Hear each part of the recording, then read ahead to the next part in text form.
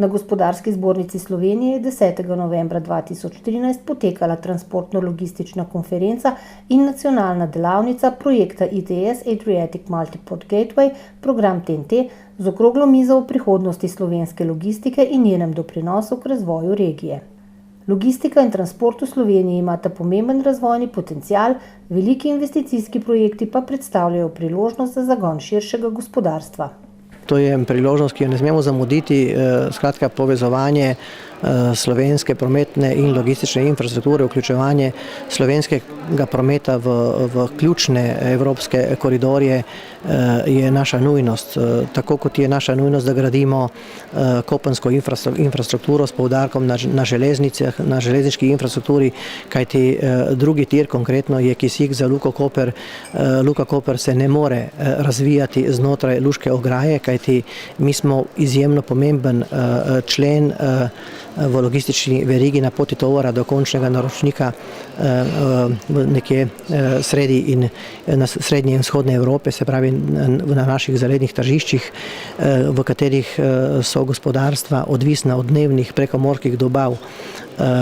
In tukaj ima Luka Koper ključno vlogo, zato smo tudi pred časom dali pobudo na Vlado Republike Slovenije in na Ministrstva za infrastrukturo in za zunanje zadeve, da bi naj slovenska vlada po diplomatski poti povabila vse države srednje in vzhodne Evrope, da naj se poistovetijo s slovenskim morjem, slovenskim pristaniščem, naj ga vzamejo za svoje v poslovnem smislu, naj ga obravnavajo kot svojega, kajti kaj nam koristi zlato, če ga ne moremo dejansko, s katerim se ne moremo preživeti, skratka ne moremo si pomagati, zato ga moramo znati deliti oziroma izmenjavati in seveda povabiti številne deležnike, da naj se poistovetijo s to prekomorsko povezavo preko Luke Koper, kajti Slovenija ima izjemno lego in graditi bi morali razvoj na ključnih primerjalnih prednosti in to naše pristanišče je.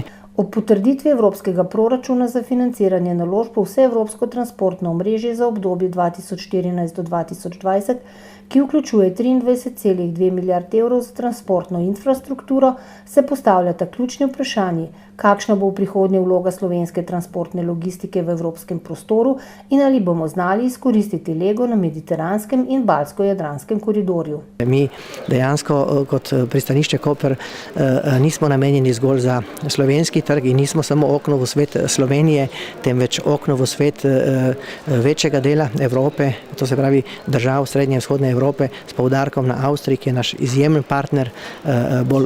Seveda tukaj imamo tudi Madžarsko, Slovaško, Češko, tudi nekoliko Nemčija, žal naredimo za Bavarsko komaj da 2% celotnega pretovora, to je naš potencial in naš izziv. Potem imamo seveda tudi južni del Poljske, zahodni del Romunije in seveda vse države, nekdanje skupne države, Bosna in Hercegovina in seveda tudi Srbija. To so naši trgi, ki jih dejansko premalo nekako obdelujemo in smo premalo prisotni. In 15. odpotujem tudi na Kitajsko, kjer se bom seveda srečal z številnimi špediterji in deležniki, ki nekako že dobavljajo in vršijo servis med Kitajsko in med Evropo, pretežno z severnoevropskimi pristanišči in moj namen je, da dejansko del tega tovora dejansko preusmerimo na pristanišče Koper in tudi z odličnim sodelovanjem s pristanišči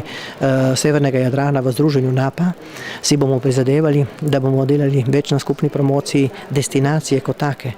Luka Koper je povezovalka, Luka Koper gre iz defenzive v ofenzivo in če bomo mi gradili kopensko infrastrukturo, če to zgradimo, mi bomo premagali svojo lastno zaostalost in ujeli korak s časom in celo prešli iz kategorije držav, ki sledilk v kategorijo držav, ki trende ustvarjajo.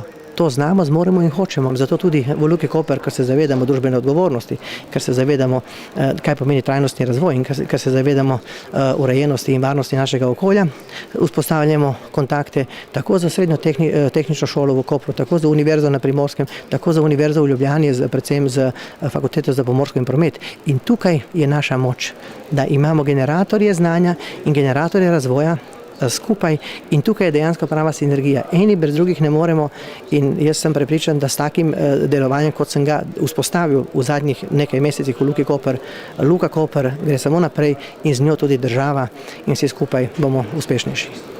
Okrogla miza, ki je sledila dopoldanskim predstavitvam, se je osredotočila na priložnosti, težave in izzive transporta in logistike, upoštevajoč mnenja predstavnikov gospodarstva, stroke in institucij. Mislim, da je današnja logistična konferenca pokazala nekaj zelo podobnega v paraleli ali v simboliki, tako kot je tudi stanje v državi. Tako v državi kot na logistiki smo pravzaprav v situaciji, ko pravzaprav ne moramo več filozofirati in moramo začeti delati. Skratka, ni več vprašanje, ali bomo šli v ključne investicije, ki bodo prinesle nov zagon gospodarstva ali tudi seveda in tudi nova delovna mesta. Vprašanje je samo to, ali nismo mogoče že malce zamudili. Skratka, skrajni čas je, da začnemo in do leta 2017-2018 gradimo drugi tir in še druga ozka grla odpravimo, zaradi tega, da bomo imeli tudi več novih delovnih mest in da bomo lahko na nek način mednarodna tranzitna država na ekološki način po železnici.